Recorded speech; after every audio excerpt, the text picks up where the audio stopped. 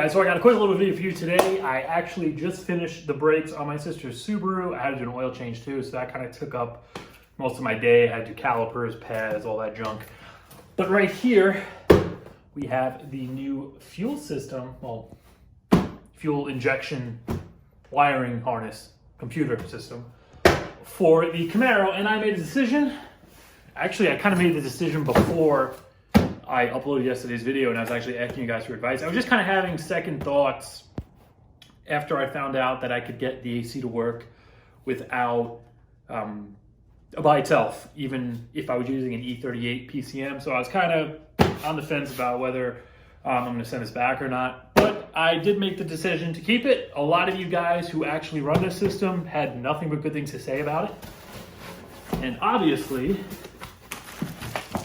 we have the Terminator X going in the Camaro. Now, I just broke the tape on this box, so I haven't actually explored it yet. So opening the box, I was just greeted with a instruction manual. You have a very small box here. Doesn't feel like there's much in there. And I paid $1,300 for this. I got the kit with the little handheld controller. I figured you could get it for like $100 less without it. But by getting it with the controller, I figured I'll be able to use the two-step and the wideband. I'll be able to display it right there on the screen.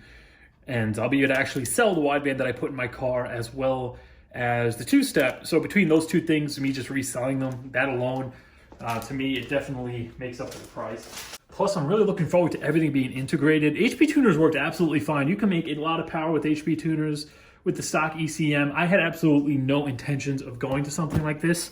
But being I was redoing the system, and not only that, it leaves you room to grow. I did get the Terminator X Max. That has transmission control. So if I decide to go 80E, or if I decide to keep it manual for now, and I want to go 80E later, I can totally do that. Just get an add-on harness, plug it into the same ECM, same engine harness, and I can have a automatic transmission. All right, so this is drive-by-wire body harness. This looks like the main power. A couple heavy gauge wires there.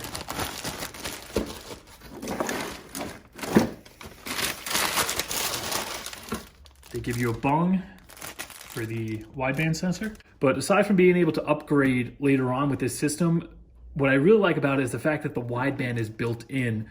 You don't have to deal with, you know, going into HP tuners, logging certain PIDs and setting up this whole table. Everything is kind of like simplified in a way. And the wideband is already integrated into the software. It comes with the wideband sensor. It seems a lot more user-friendly to me.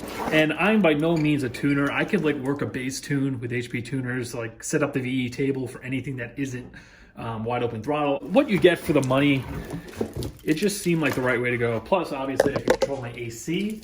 And being I am going drive-by-wire, in the future, I will be able to add cruise control. You know I'm keeping the AC. Might as well have cruise control. So this is, all right, here's the handheld. Well, this is just the wiring, all the harness stuff, nothing too crazy going on there. More wiring. Here's the actual handheld.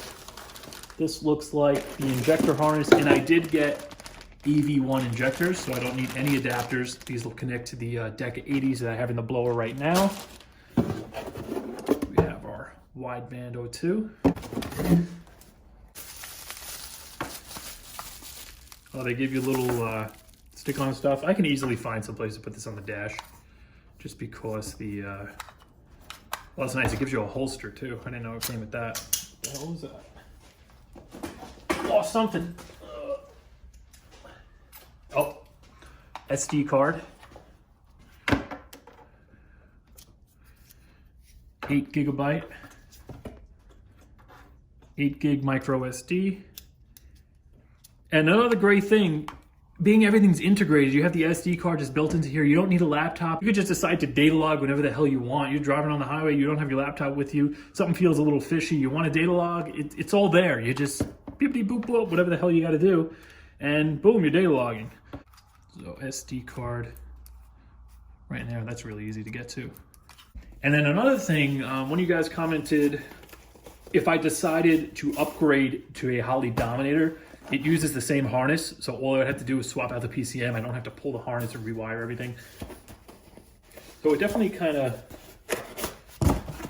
future-proof some stuff. Oh, this guy's tiny. All right, there's our ECU. This, I believe, is a 1-bar map sensor that's built into there. You have a thick harness. There's your main power. I guess that'll just get ran directly to the battery. And then it has these quick diagnostic LEDs. One thing to know, though, this system does not have an OBD port. It's a complete standalone system, so it's not OBD. It has its own just kind of USB port. I'm not sure if this comes with the laptop adapter. I'm assuming it doesn't, being it gives you the little handheld module. But that's something I'm definitely going to have to pick up. And I have to pick up, regardless whether I went with this or the other system, I got to get a accelerator pedal. I'm probably just going to go to Corvette pedal, being that seems to be the slimmest and it should fit in there pretty nicely. One thing I got to look up is the speed sensor. I think the tablet screen has like a GPS speedometer built into it. I guess obviously if you're running a automatic transmission, it'll take it from the transmission through that separate harness. But without the actual transmission harness, because this is just a regular bare kit, I have to get the add-on if I do the 80E. So I'm not sure if I ended up keeping the T56, if it's going to actually read the speed, or if I have to wire the VSS myself. Anybody who's running this kit and you got your gauges to work, definitely leave a comment and let me know. But from the little research that I've done on it, the two issues seem to be the vehicle speed sensor. I'll just have to run my own wire, and then there's an add-on exciter wire that I have to run myself for the alternator. So I just have to run the alternator plug to like a 12-volt on circuit, so the alternator excites when the key is on and actually charges. Because the alternator is not built into the harness wiring as far as I know. But that's pretty much it. We're going to be installing this very soon, probably in one of the next videos. I want to get it ran through the firewall before we get the engine in. And as for my old harness over here, I'm going to be selling this. I thought I was going to use it in the Trans Am. I'm actually thinking about doing something else. So this is definitely going to be going up for sale. If you need a harness, you want to make me an offer on it. I paid like $550 for it when I got it. It's totally complete. It's not hacked up in any way. It uses a red and blue connector 2002.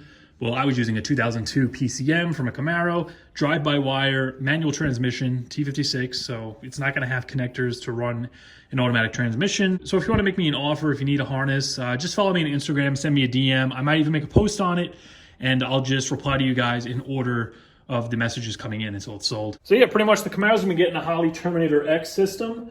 The Trans Am is gonna be getting the 5.3 eventually, but we're gonna fix it. It's gonna sit in here for a little bit. I hope to start pulling it apart once we get the 6.0. And the Camaro, there's still so much shit that needs to be done to this car. Like, I keep thinking about it. I gotta do the torque arm. Whole Y pipe has to be redone. I'm redoing the entire exhaust. I'm going 4-inch all the way out the back. Obviously, I got to run the new harness. We got to get the engine in. I got to get the heads back, rebuild back on the car. I might do some porting to the blower. There's like a lot of stuff going on with the Camaro. That's why there's really no Trans Am stuff. But the thing is, I'm looking online at stuff, and I'm buying stuff for the Trans Am. These parts are just accumulating. I have some like performance stuff. I have the entire interior, like the stuff's just sitting as I'm trying to juggle these two cars. Then I still have some stuff I want to do to the Tahoe. So I'm going to try to stick with the daily videos and just pop them out as I shoot them for you guys. But I just want to let you know, I didn't forget about the Trans Am. I know I said that was going to be a winter project. Now it seems like it's going to get pushed back by the Camaro because I really want to get this thing running for the spring, being obviously this is the nicer of the two cars. I really want to drive it. It's primarily kind of an enjoyable street car, secondary, a track car. So that's why I want this thing back up and running before we start breaking into the Trans Am. But I might throw a video in there somewhere if I kind of get bored working on this. And there'll be a Trans Am video eventually thrown in there. I'll be sure to keep you guys updated. But for now, that's going to do it for this one. I'll see you guys in a few days.